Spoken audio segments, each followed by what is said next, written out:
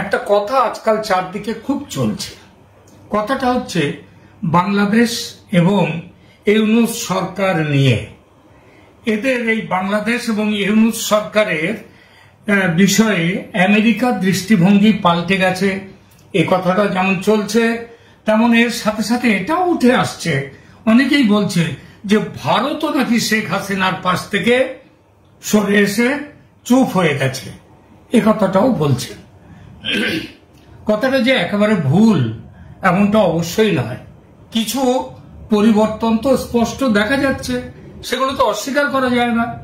কমাস আগেও ইউনূসের যাওয়া, চলে যাওয়া এবং শেখ হাসিনার ফিরে আসা, এটা নিয়ে যতটা মাতামাতি ছিল, যতটা চর্চা ছিল মিডিয়াতে এবং তার বাস্তব কারণও ছিল, সেটা যেন হঠাৎই চুপসে গেছে।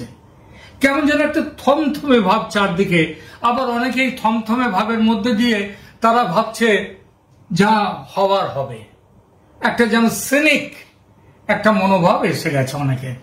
দেখুন, আমেরিকার প্রেসিডেন্সিয়াল নির্বাচনের আগে ট্রাম্প সাহেবের বিভিন্ন মন্তব্য, তারও আগে 2016 সালের নির্বাচনের পর যেভাবে খারাপ হয়েছিল ট্রাম্প এবং ইউনূসের পারস্পরিক সম্পর্ক, তাতে এটা ভাবার যথেষ্ট কারণ আছে যে ট্রাম্প ক্ষমতায় বসার পর ইউনূসের গদিতে টিকে থাকাটা মাত্রই কিছুদিনের বা কয়েকদিনের বা কিছুদিনের ব্যাপার, তার বেশি নয়।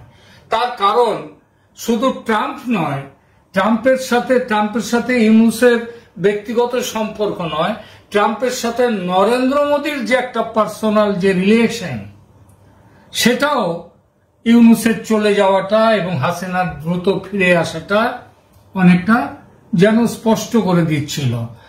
কারণ নরেন্দ্র মোদীও যেমন, ট্রাম্প যেমন ইউনূসকে চান না, নরেন্দ্র মোদীও ইউনূসকে চান না, সেটাও জানা কথা। তারপর ওই যে 13ই ফেব্রুয়ারি হোয়াইট হাউসে মোদী ট্রাম্প বৈঠক হলো এবং সেই বৈঠকের পর, সেই বৈঠকে যেসব কথাবার্তা ট্রাম্প সাহেব সম্মুখে বললেন, তারপরে এই ধারণা প্রবল হয়েছিল যে ইউনূস সরকার আর খুব বেশি দিন ক্ষমতায় নেই।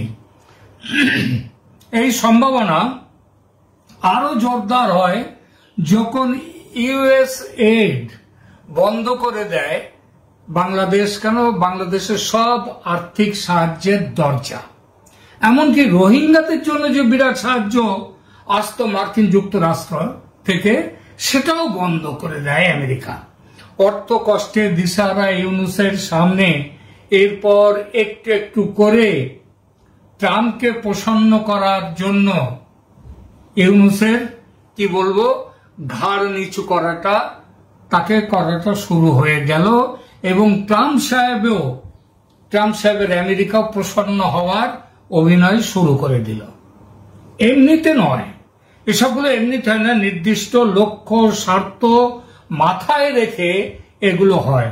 অর্থ পুরোপুরি বন্ধ করে দেওয়ার পর 28শে মার্চ আবার রোহিঙ্গাদের জন্য $73 মিলিয়ন অর্থ সাহায্যের ঘোষণা করলো আমেরিকা। টাকাটা কিন্তু কম নয়। পুরো 2024 সাল জুড়ে এই খাতে বাংলাদেশ যা পেয়েছিল তার প্রায় 1/3 সাহায্য দিয়ে দিল আমেরিকা। এবং রোহিঙ্গাদের জন্য তাদের যে ব্যক্তিগত যে তাদের যে খরচ, তাদের যে ডোল, যেটা $12 থেকে নামিয়ে $6 করা হচ্ছিল, সেটা $6 করা হলো না, $12 রেখে দেওয়া হলো। এবং সেটা আমেরিকায় সাহায্যটা দিল এক ক্ষেপে 1/3। পরে আরো অনেক ক্ষেপ আসছে বলে আমেরিকা কথা দিয়েছে। শুধু এই নয়, ইউনাইটেড নেশনস পর্যন্ত এবার রোহিঙ্গাদের জন্য এই যাবৎকালের সবচেয়ে বড় অর্থের যে প্রজেক্ট তৈরি করেছে, প্রজেক্ট প্ল্যান যেটা তৈরি করেছে, সেটা মোট $934.5 মিলিয়ন। আর আমেরিকা বলেছে তারা তো অর্থ বন্ধ করবেই না, বরং বাংলাদেশের এই রোহিঙ্গা খাতে অর্থ তারা আরো বেশি করে দেবে, এটা বলে দিয়েছে।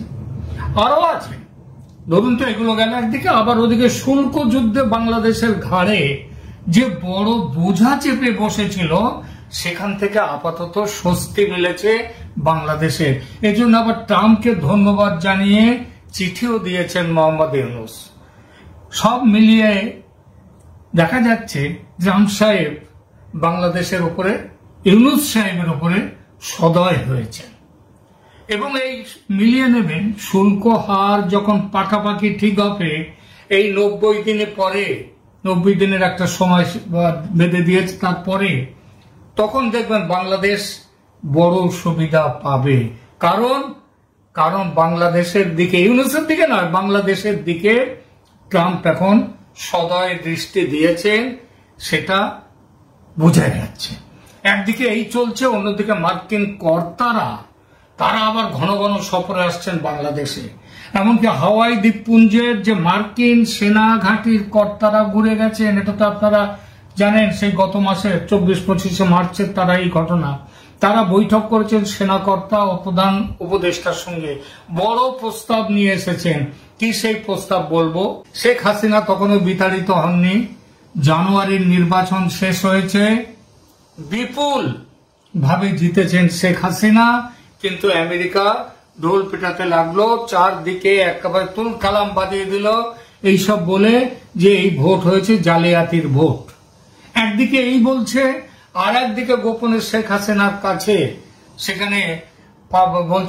সেখানে গিয়ে বলছে আমাদের প্রস্তাবে রাজি হও, তুমি প্রধানমন্ত্রী হয়ে থাকতে পারবে, কোনো অসুবিধা হবে না, শুধু আমাদের প্রস্তাবে রাজি হও। কি সেই প্রস্তাব? একটা প্রস্তাবের কথা তো একটু আগে শুনলেন, একটা প্রস্তাবের কথা যে একটু শুনলেন। এইবার দেখি বাংলাদেশ এবং মিয়ানমারকে একটি খ্রিস্টান রাষ্ট্র তৈরির প্রস্তাব। অনেকটা ইসরায়েলের মতো হবে সেই রাষ্ট্র, কিন্তু গঠনটা হবে মানে ইসরায়েল হয়ে যেমন পুরো আরব দুনিয়াটাকে দখলে রেখে দিয়েছে প্রায় তাদের নিজেদের তাবে, এখানে এই খ্রিস্টান রাষ্ট্র তৈরি করে সেইটা করতে চায় আমেরিকা। আরো প্রস্তাব আছে, বাংলাদেশের মাটিতে একটি বিমান ঘাঁটি তৈরির প্রস্তাব আরো আছে। চীনের সহযোগিতায় বাংলাদেশ একটা সাবমেরিন বেস তৈরি করছে। এর পাল্টা যুক্তরাষ্ট্র একটি নৌঘাঁটি বসাতে চাই ওরই কাছাকাছি, এবং সেটা হচ্ছে কোথায়? এর জন্য চট্টগ্রাম এবং সেন্ট মার্টিন দ্বীপ তাদের চাই। এটা পেলে কি হবে? চীনের মস্তানি বন্ধ হবে এই অঞ্চলে, ইন্দো প্যাসিফিকের এই অঞ্চলে, এবং এই বে অফ বেঙ্গলে চীনের একাধিপত্য একটা হবে।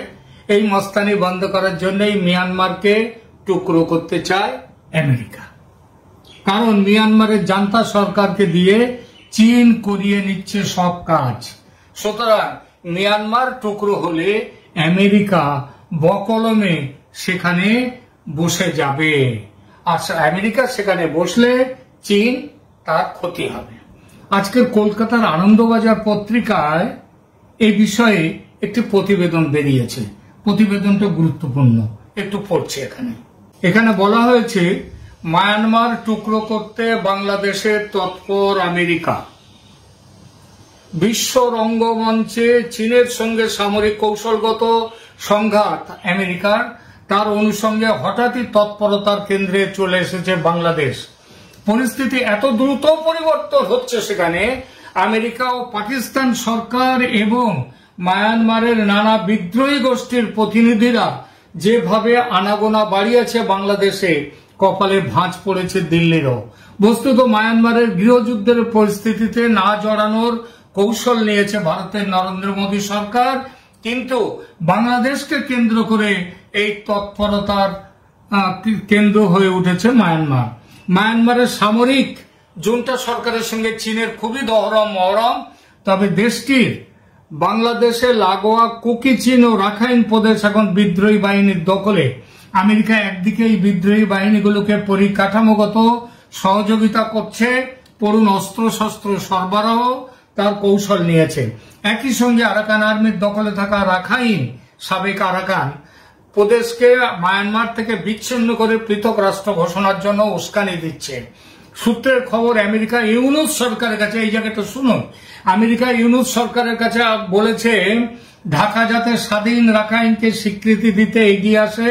এই নিয়ে দফায় দফায় ঢাকা সফরে আসা আমেরিকার বিদেশ বিভাগের কর্মকর্তারা বাংলাদেশের বিদেশ মন্ত্রকের সঙ্গে কথা বলেছেন, তবে ঢাকা এখনো এই বিষয়ে চূড়ান্তভাবে কিছু বলেনি। সম্প্রতি আরাকান আর্মির ওয়েবসাইটে একটি ছবি প্রকাশ করা হয়, ওই যে জলকেলির ছবি, এই ব্যাপারটা আপনাদেরকে বলেছি কয়েকদিন, সুতরাং এখানে এর আগে ভিডিওতে বলেছি এবং এখন বলছি না। কিন্তু কথাটা হচ্ছে রাখাইনকে মায়ানমার থেকে বিচ্ছিন্ন করে আমেরিকার কি লাভ? লাভ হলো বিশ্বজুড়ে চীনের পণ্য পরিবহনের একটি বৃহৎ পরিকল্পনা, সেটাকে ভেস্তে দেয়া। চীন এখানে মস্ত একটি বন্দর নির্মাণ শুরু করেছে। সেই বন্দরে পৌঁছানোর জন্য বাংলাদেশে সড়ক পরিকাঠামোগত কাঠামো তৈরির লক্ষ্যে ঢাকাকে বেল্ট অ্যান্ড রোড প্রকল্পে নিয়েছে চীন। অভিযোগ, এই বন্দর নির্মাণের জন্যই জুন্টা সরকারকে দিয়ে রাখাইন থেকে 10 লক্ষ রোহিঙ্গাকে বিতরণ করিয়েছে চীন। রাখাইন বিচ্ছিন্ন হলে চীনের সেই পরিকল্পনা আটকে যাবে। এই প্রকল্পে নজরদারির জন্যই তাদের সরকারের কাছে আমেরিকা সেন্ট মার্টিন দ্বীপটি দাবি করেছিল বলে অভিযোগ করেছিলেন ভারতের প্রাক্তন প্রধানমন্ত্রী শেখ হাসিনা। সেই দ্বীপকে নানা কায়দায় জনশূন্য করে ফেলেছেন ইউনূস সরকার। সেখানে আর লোকজন থাকে না, জনশূন্য করা হয়ে গেছে। অচিরে দ্বীপটিকে তারা আমেরিকার হাতে তুলে দিতে পারে বলে আশঙ্কা হাসিনার দল আওয়ামী লীগের। আমি একটু সংক্ষিপ্ত করে পড়লাম খবরটা, বড় খবর তো, আসল জায়গাগুলো নিয়ে পড়লাম কেবল খবরটা। তো এটা তাহলে এটা তো শুনলেন যে এখানে কি করতে চায়। আরো প্রস্তাব আছে, বাংলাদেশের মাটিতে একটি বিমান ঘাঁটি তৈরির প্রস্তাবও রয়েছে আমেরিকার। শুনুন তার কথাটা শুনুন।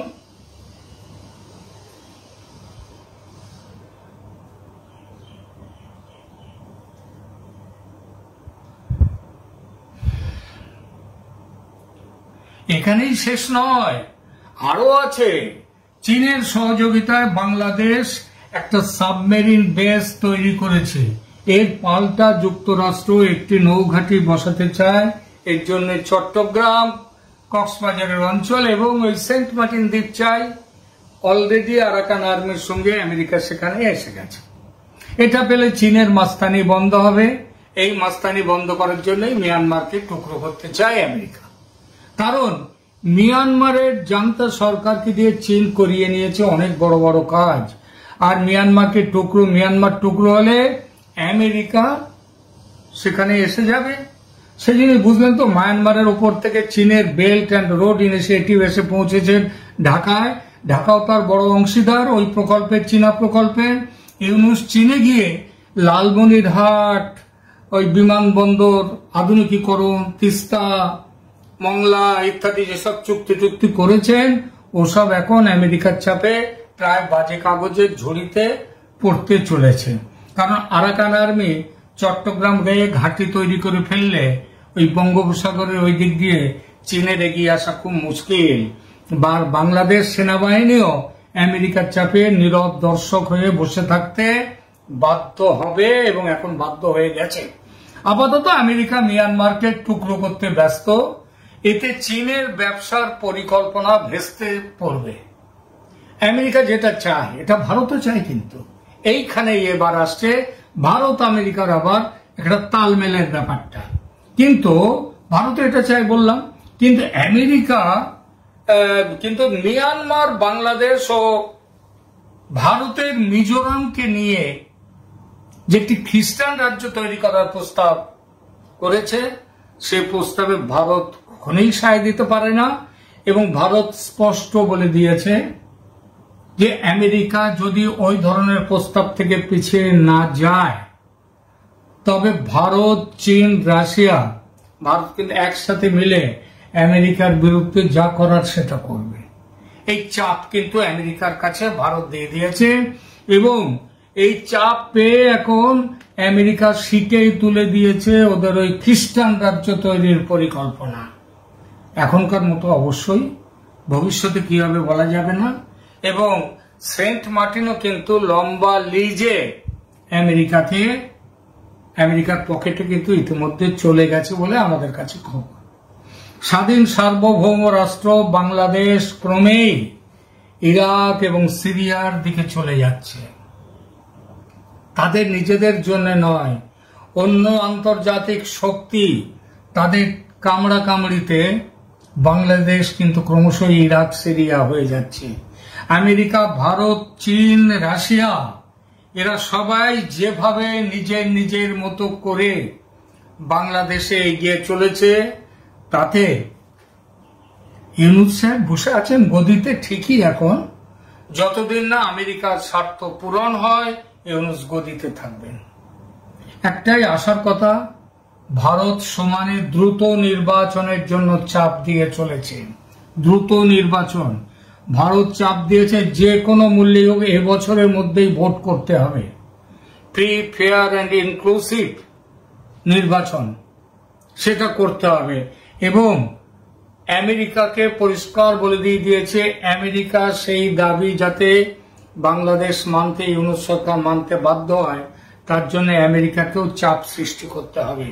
শেষ করার আগে আমেরিকার রাষ্ট্রপতি, উপরাষ্ট্রপতি জেডি ভান্সের ভারত সফর নিয়ে অনেক আলোচনা হচ্ছে চারদিকে, যে জেডি ভান্স এখানে এসে বাংলাদেশ নিয়ে কিছু আলোচনা হলো কিনা, কিছু বললেন কিনা।